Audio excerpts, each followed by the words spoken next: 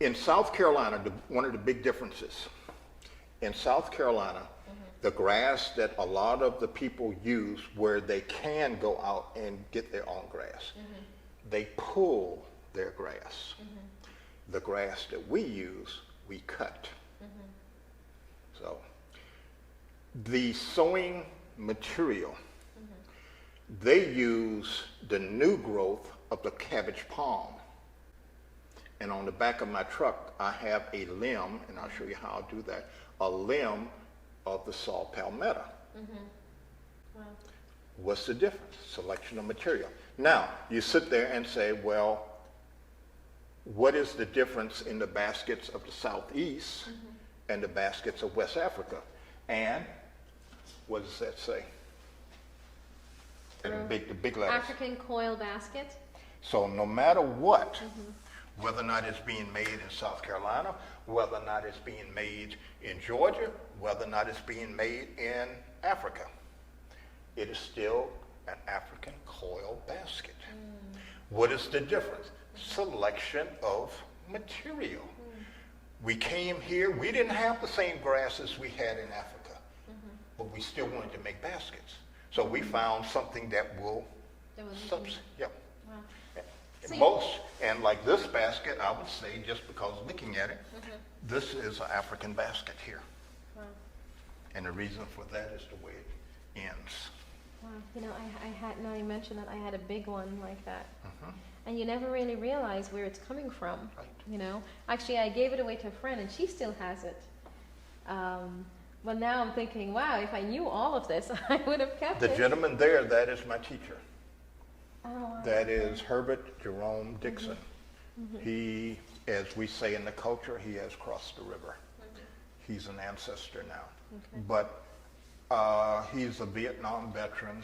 He was a door gunner on a helicopter, and he became ill from Agent Orange.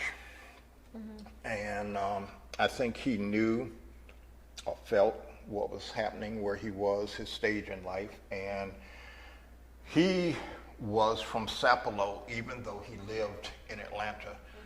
And what he would do was, when he came back, he could not find any family or anyone on the island that wanted to learn. So he came to Gitchikunda. And at one time, we probably had more active basket makers right here.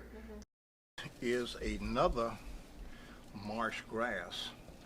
You're familiar with this if you are a student of the Bible, because there was a gentleman who became very historic that got his start in something that was made out of rush. You know who I'm talking about? Moses. Wow.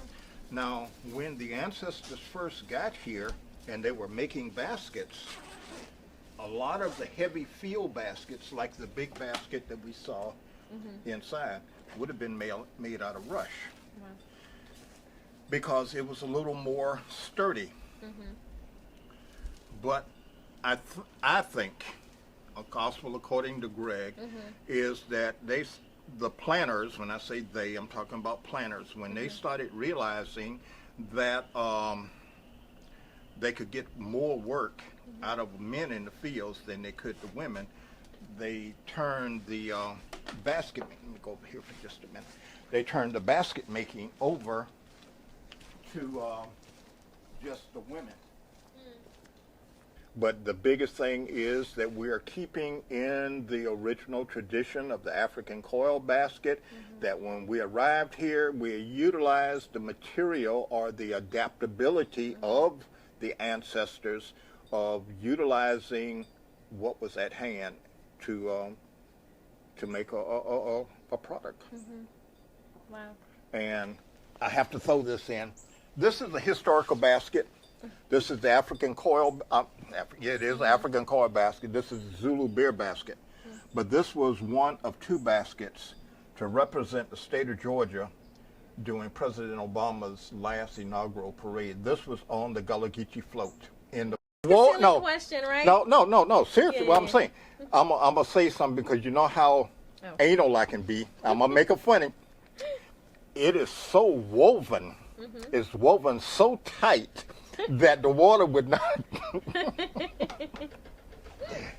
But that particular basket is called a Zulu beer basket. The Zulu women, in their beer making process, they would transport it, their baskets. I mean their beer, in baskets. I make traditional baskets.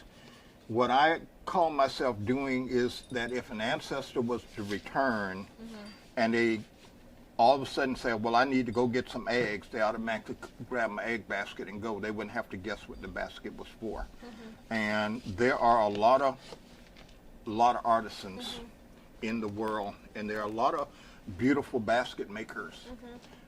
But when I look at the basket, I don't know. I don't have a clue what the basket is for. Well, now I was telling you that the people of South Carolina, that to sew with, they use the new growth of the cabbage palm. We use the limb of the saw palmetto. Okay, don't run your hand, but just touch. Okay, that is the reason why this is called saw palmetto. Because normally when I harvest this, I'm usually getting cut. Right. So I actually remember doing this as a kid, you know, Okay. bringing back memories here. So you Talk have- about the African connection. Yep. Except depending on where you are, you might use the palm of a coconut tree. Yeah. And I actually remember, you know, helping make the broom. You know, that's what we made broom to sweep. It's about in here, and then I'll start trimming it down. So I'm not going to go all the way through the whole step, but I'm going to show you pretty much what it's like.